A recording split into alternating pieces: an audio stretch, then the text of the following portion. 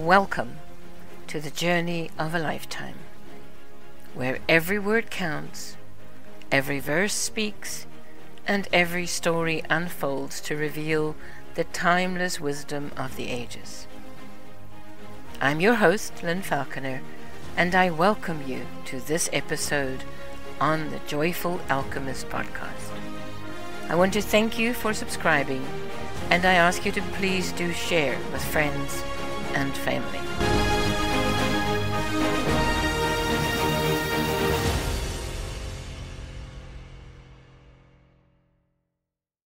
Hello and welcome to today's podcast and post. I am a little delayed in posting this episode, and let me share why.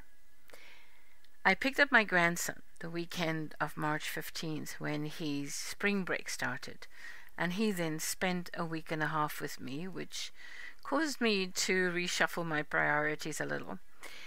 Now, a little backstory. About 6 months after my grandson was born, I was chatting with my son and daughter-in-law, and at that time we were renting an apartment, my youngest son and I, and my son and daughter-in-law with my grandson was also renting an apartment not far from where I was at the time. And they let me know that they wanted to buy a house. So we all agreed to find a large 5+ bedroom home in our area and then live together for 3 years so they could save up to buy a home. Now for me, that was glorious because I got to spend so much time with my grandson from the time he was about 6 months old until he was almost 3 years old. And when my son and daughter-in-law then successfully bought their home, it moved them away by about an hour and so. My time with my grandson is weekends on and off and school holidays. He is now in grade 1. He turned 7 last October. So during the time when he visits, it is so precious.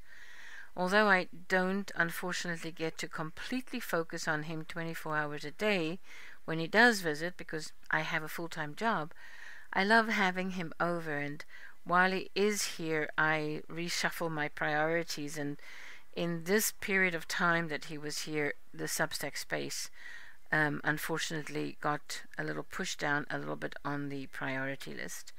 So thank you for bearing with me, and I ask you to bear with me a little bit longer while I get all the episodes recorded and then to post them up for you. So this week I am actually going to be posting several episodes to catch us up to where we are in our 365-day journey through the Bible. Now, I realized as I was checking the content of the last post and the podcast that episode 7 took us through the book of Numbers up to chapter 30, which in the 365-day journey is around March 9th. So, as I started preparing for the following number of episodes that will be posted after this one, I also realized that I actually have more than 1 week of catching up to do. So, the episodes that follow will bring us up to the end of March, or precisely up to the reading days of March 31st. So, let's dig in. When you look at the 365-day journey, the book of Numbers will be covered in the next few episodes.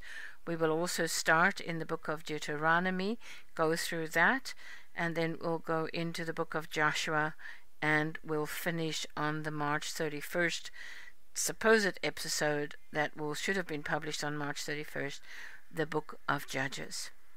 Again, I want to thank you for bearing with me. I appreciate your time and your listening to the podcast as well as reading the post.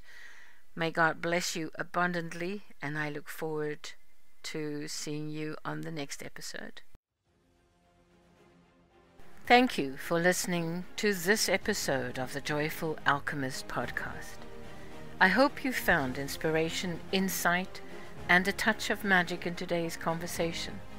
Remember, the journey of self-discovery is ongoing, and each step we take brings us closer to unlocking the alchemy within ourselves. If you've enjoyed today's discussion, please consider leaving a review on your favorite podcast platform. Your feedback fuels our passion to continue exploring the transformative power of joy and alchemy. Join us next time as we delve deeper into the mysteries of the heart, mind, and soul, and continue this 365-day journey through the Bible.